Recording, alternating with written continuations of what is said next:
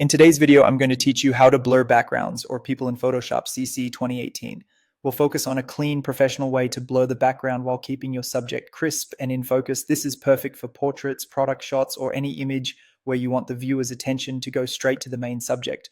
First, open Photoshop CC 2018, then head to File, Open, and choose the image you want to work on. Give it a moment to load, and make sure the image looks sharp at a comfortable zoom level so you can see the edges clearly as you work. Next, select your subject. You can use the quick selection tool, accessed with the W key, which lets you paint over the person or object you want to keep sharp. It automatically detects edges and is great for most subjects. If your subject has a simpler outline or you prefer manual control, switch to the lasso tool with the L key and trace around the subject carefully. Take your time getting as close as you can to the edges, especially around areas like shoulders and hair. Once you've got the subject selected, go to Select and choose Inverse.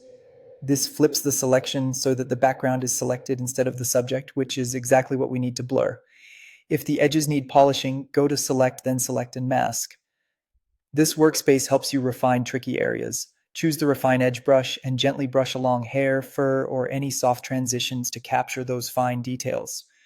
Use small adjustments to smooth to even out tiny bumps, and feather to create a subtle, natural transition between your subject and the background.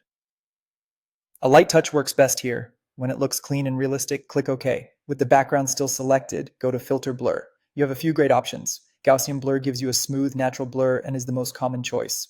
Lens blur simulates a real camera's depth of field for a more photographic result, especially when you want background highlights to soften beautifully. Motion blur adds directional blur, useful for dynamic, stylized effects.